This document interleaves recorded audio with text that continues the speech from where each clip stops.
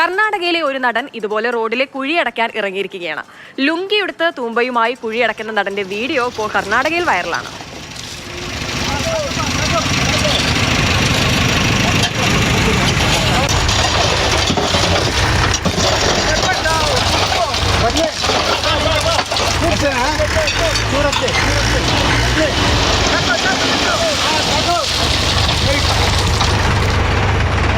ಅಲ್ಲ ಕಳಿಸ್ಬಿಡೋದ ನೋಡ್ ಮುಂದೆ ಹೋಗಲ್ಲ ಸ್ವಲ್ಪ ಇತ್ತು ಸಾಕು ಬಿಡ್ರಿ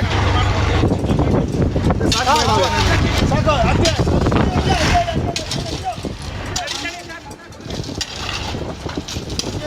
കെ.ബി. ശ്രീധരൻ ചേരുന്നുണ്ട് തത്സമയം. ശ്രീധരൻ, ഈ റോഡിലെ കുഴി അത് ഏത് നാട്ടിലായാലും വലിയ പ്രശ്നം തന്നെയാണ്. ഇതിപ്പോൾ എന്തായാലും വലിയ ബുദ്ധിമുട്ടായ സമയത്ത് തന്നെ ആയിരിക്കും താരം തന്നെ നേരിട്ടിറങ്ങി ആ ഒരു കുഴി അടയ്ക്കാൻ വേണ്ടി മുൻകൈ എടുത്തത്. ഇപ്പോഴെങ്കിലും അധികാരികളുടെ ശ്രദ്ധയിലേക്കൊക്കെ ഈ വിഷയം വന്നോ? താരം തന്നെ നേരിട്ടെത്തിയപ്പോൾ നാട്ടുകാർക്കും വലിയ അത്ഭുതമായി കാണുമല്ലേ?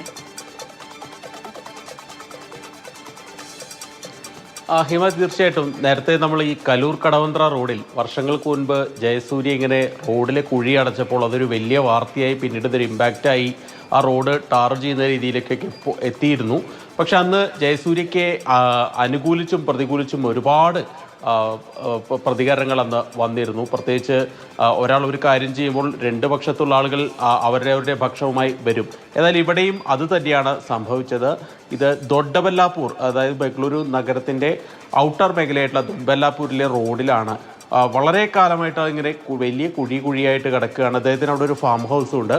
ആ റോഡ് എത്ര ചെയ്തിട്ടും സർക്കാരും ബന്ധപ്പെട്ട അധികൃതരൊന്നും നന്നാക്കുന്നില്ല. MLA പലപ്പോഴും പരാതി പറഞ്ഞു. പക്ഷേ ബന്ധപ്പെട്ട PWD വകുപ്പൊന്നും അതിന് വേണ്ടത്ര കാര്യക്ഷമമായി ഇടപെട്ടില്ല. തുടർന്നാണ് ഇന്ന് രാവിലെ MLA സ്വയം ഇറങ്ങി തിരിച്ചത്. ഒരു ട്രാക്ടറിൽ ഈ കുഴി മൂടാനുള്ള മണ്ണും ഒക്കെ കൊണ്ടുവന്നു, അതിലേക്ക് ഇറക്കി.